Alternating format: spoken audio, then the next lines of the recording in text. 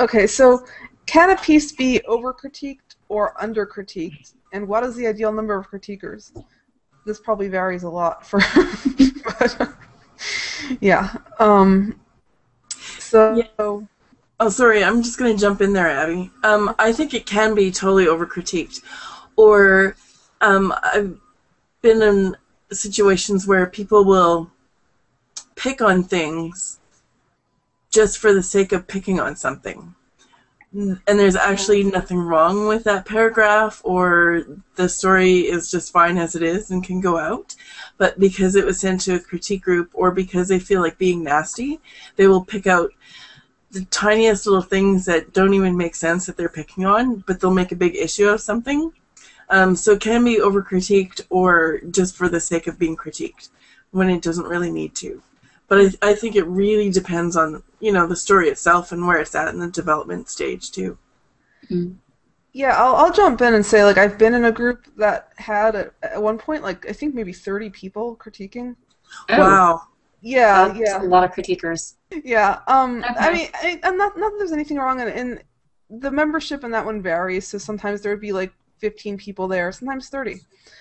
And if it was 30, I found that it would end up being, like, a kind of crazy free-for-all where you'd get, like Sherry said, just people picking on, like, very small, stupid things that weren't very consequential to the actual success of the story. Like, you might get, like, 20 people, like, harping on typos or something like that. And it's just like, well, that's real helpful. You just 20 minutes of like complaining about a typo. Yeah. Granted, if I get a critique like that, I'm going to assume that there's nothing wrong with the story if 30 people are critiquing typos. So No, that's what you would think, but that wouldn't be the case. I know, but I'm just saying that's what I get out of that critique. It's like, okay, I must have done a lot better on this than I thought I did. I can say I've never had the experience of people being mean. I think that if there's been a problem that I have seen in some critique groups that I've been through, is that people are too nice. They're too polite. They're too afraid to say what they really feel about a story, or too afraid to, they're worried about hurting someone's feelings. I mean, okay, yeah, I get that. You don't want to be mean or hurtful, but at the same time, if you're not being completely honest about a story, if it's not working for you, and you think that there's something very wrong with it, you're doing a disservice to the person you're critiquing and to the rest of the group if you don't say that.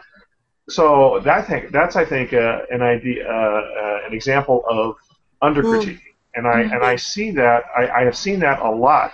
There was a particular critique group that I was in for a few years, and I left it because I was not growing.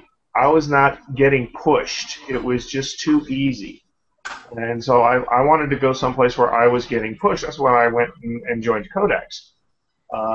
So, yeah, I have seen the problem of under-critiquing.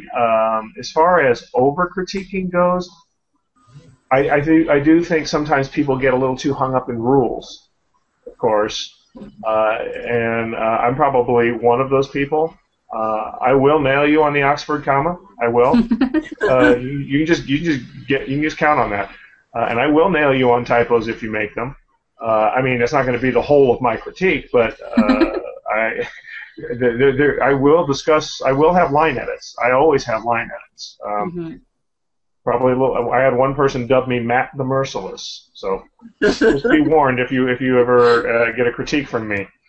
But in general, I think the thing is, if you get a lot of people who are nitpicking and all of that, it's still a matter of how you respond to those critiques and what you do with that information. Like Vidya said, if everyone's just critiquing the typos, I'm going to assume the story's okay. I think I would probably do the same thing. So I'm not going to worry about it. Nicole, you talked about people, like a beginning writer trying to incorporate a room full of people's feedback and try to bring, make everybody happy, and as a result making no one happy. Well, that's a rookie mistake, and that's something that's on the writer, not necessarily on the critique group. You take what works for you and you leave the rest, is my feeling.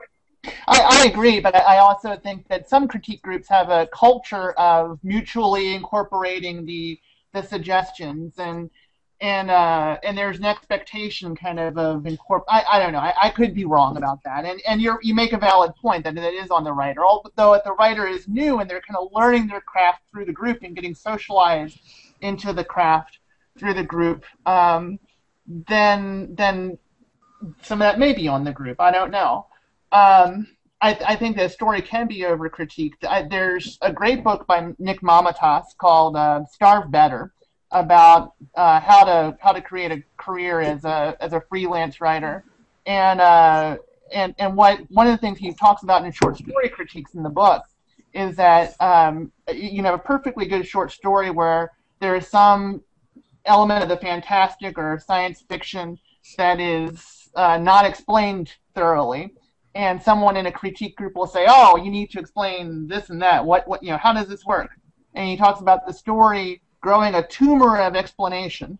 And as an editor for Clarkesworld, he could see these stories, and he could see where there had probably been a tumor of explanation, built onto the story, where the story would be much more elegant if that was omitted. And I think that's definitely the case. And so. And the other thing that we're not really getting into here today, but I'm just is running through my mind and I'm kind of curious about, is the difference between, let's say, an academic critique group and an MFA program, for example, and that kind of situation where people are in school for a number of years together, and then versus, which was not my experience, I'm not an MFA person, versus the workshop, model where it's, 1 week, 2 weeks, 6 weeks, versus an online critique group. I think those dynamics are a little bit different in an online critique group. For example, I think people are more likely to be honest, in an online critique group because there's not that face-to-face, you're not sitting across the table from the person when you're delivering the critique.